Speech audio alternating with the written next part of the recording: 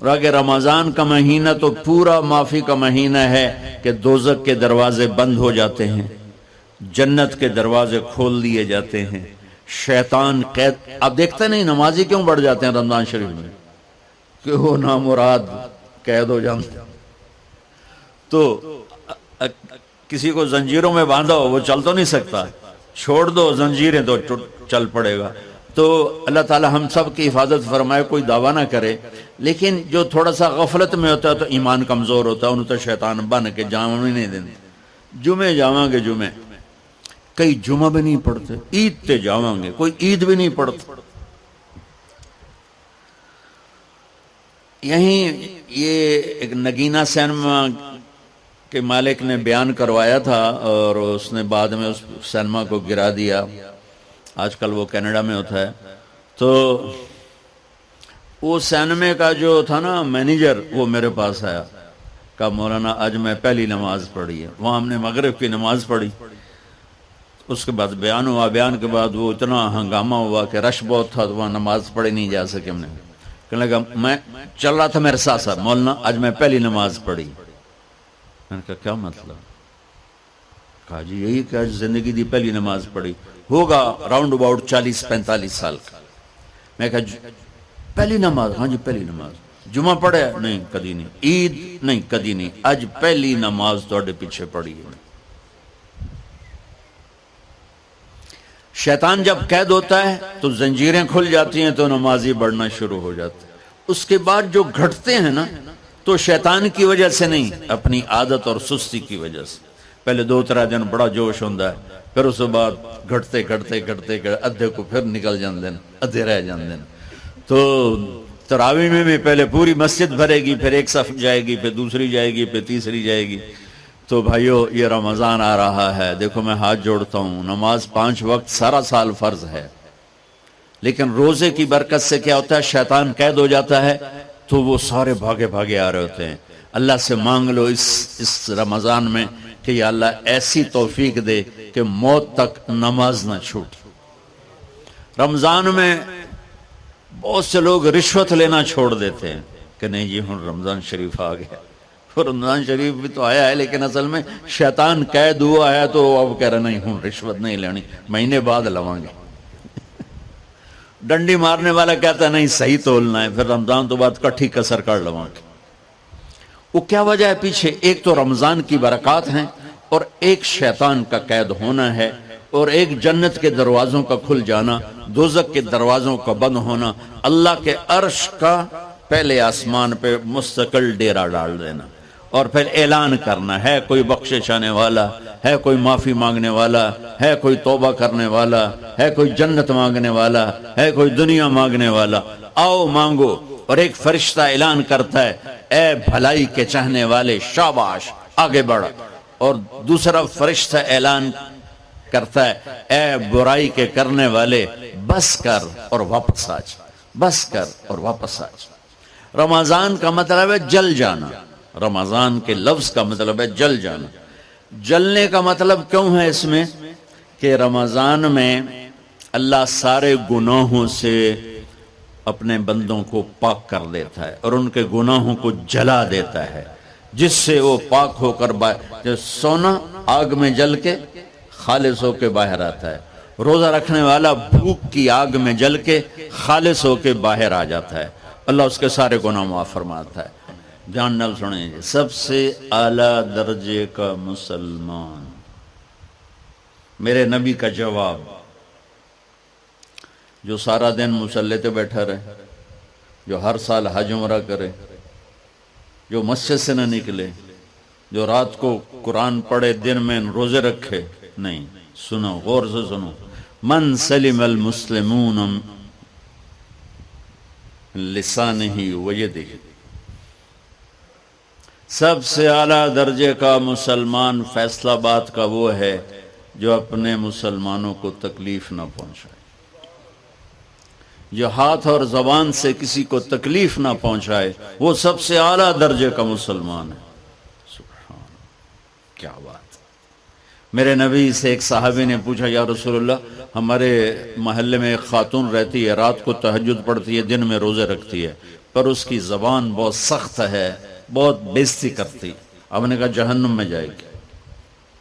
کہا جی ایک خاتون ہے جو نہ نفلی روزہ، لیکن اس کی زبان کا بول بڑا میٹھا ہے، کہا وہ جنت میں جائے گی. تو سب سے اعلیٰ درجے کا مسلمان کون ہے جو کسی کو تکلیف نہ پہنچائے؟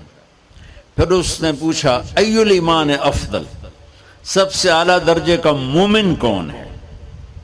تو آپ نے فرمایا حسن الاخلاق، جس کے اخلاق اچھے ہوں وہ سب سے اعلیٰ درجے کا ایمان والا ہے. کیونکہ تکلیف نہ پہنچانا اخلاق کی ایک صفت ہے، اور اخلاق کی بے شمار اقسام. میرے نبی نے فرمایا اچھے اخلاق 360 صفات کا نام ہے. ایک صفت بھی کسی مسلمان مرد عورت کے اندر ہوگی تو جنت میں چلا جائے گا. سامنے ابو بکر بیٹھے تھے، کہنے لگے یا رسول اللہ کو میرے اندر بھی ہے؟ تو آپ نے فرمایا تیرے اندر ساری ہے، ساری تیرے اندر ساری. تو ابتدا بھی بتا دی، انتہا بھی بتا دی. اور عبادت بھی مسلمان کو اخلاق تک پہنچاتی ہے. اب سنو قرآن سے، اللہ تعالیٰ انسان کسے کہتا ہے؟ ایمان والوں کو.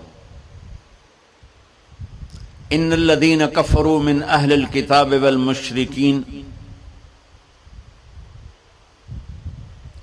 فی نار جہنم خالدین فیہا اولئک ہم شر البریہ.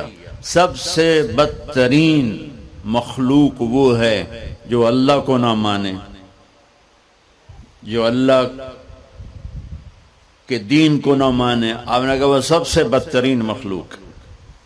تو لا الہ الا اللہ محمد رسول اللہ ہمیں انسانیت میں داخل کرتا ہے. انسان ہے ہی وہ جو لا الہ الا اللہ محمد رسول اللہ کا کلمہ پڑھتا ہو میرے رب کے نزدیک. نماز کیا ہے؟ نماز کیا ہے؟ بول بھائی. ہاں، میرا اللہ کہتا ہے ان الصلاۃ تنہا. اب آئی نہیں چل رہا.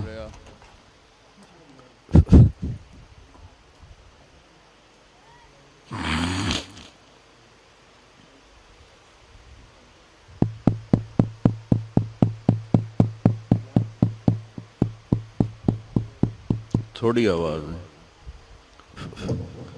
نماز کیا ہے؟ ان الصلاۃ تنہا عن الفحشاء والمنکر.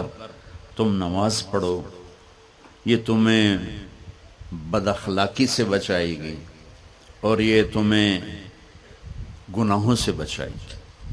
تو نماز بھی انسان کو اخلاق تک لے جا رہی، فحاشی سے بچائے گی، گناہوں سے بچائے گی، اخلاق کی طرف سفر. روزہ آ رہا ہے. روزہ کس لیے ہے؟ کتب علیکم الصیام کما کتب علی الذین من قبلکم لعلکم تتقون.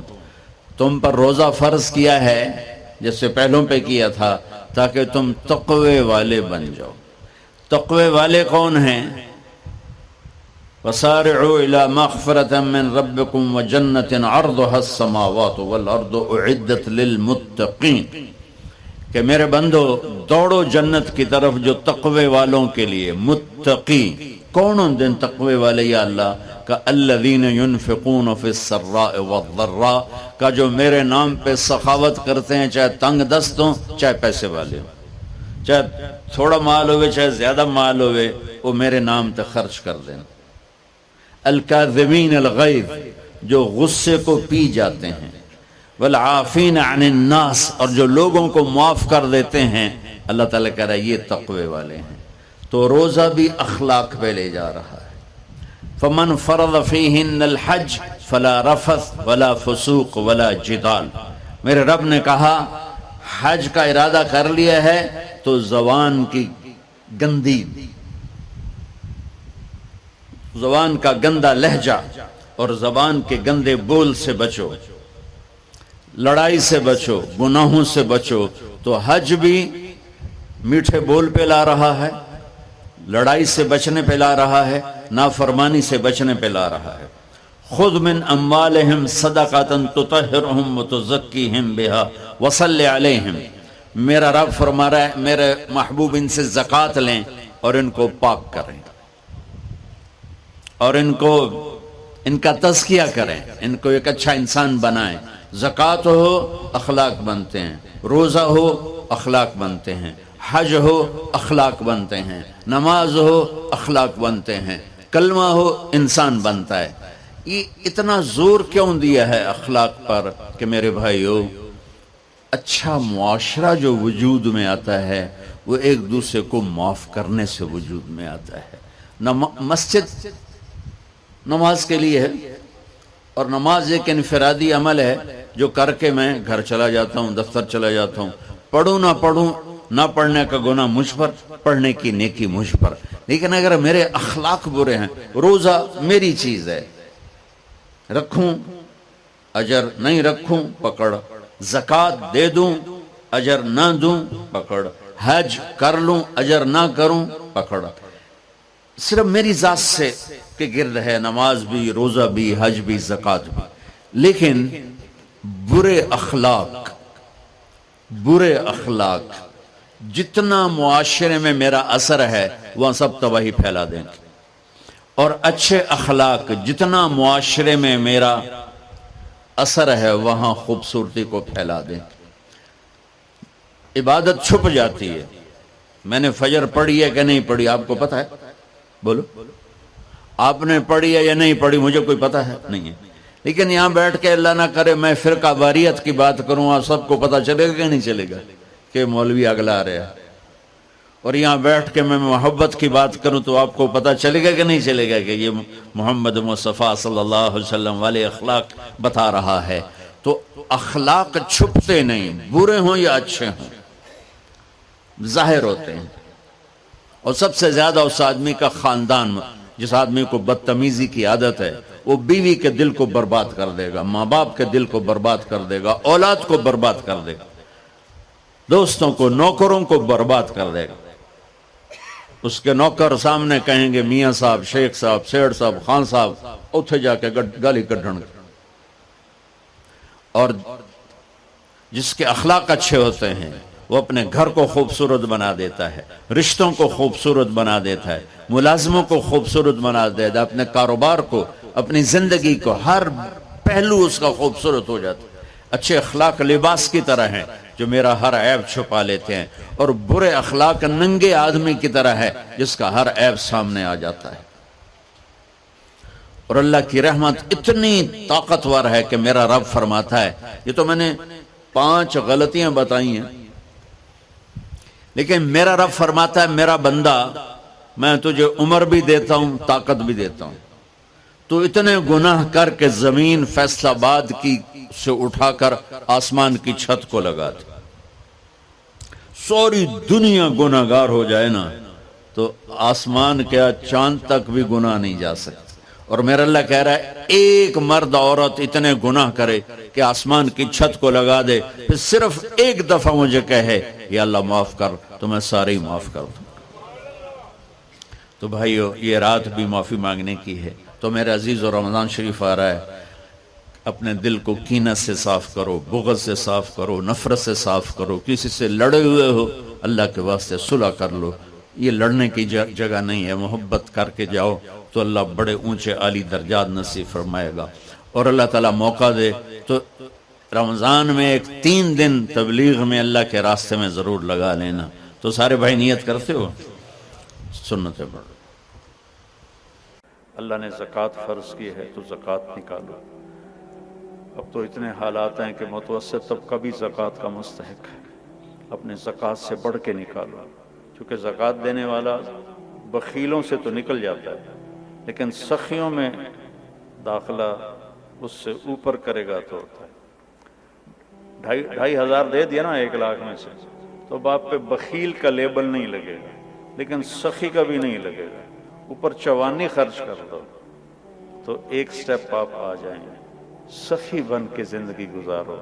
لوگوں پہ خرچ کرنے کا مزہ بہت ہے، جوڑنے کے مزے سے زیادہ لگانے کا مزہ ہے۔ تو رمضان آ رہا ہے، خرچ کریں، زکوٰۃ سے بڑھ کر دیں۔ انتہائی ضرورت مند ہیں ہمارے لوگ۔ ابھی تو وہ جو سیلاب سے جو گھر گرے تھے ابھی تو وہی نہیں بنے، کتنے ہزاروں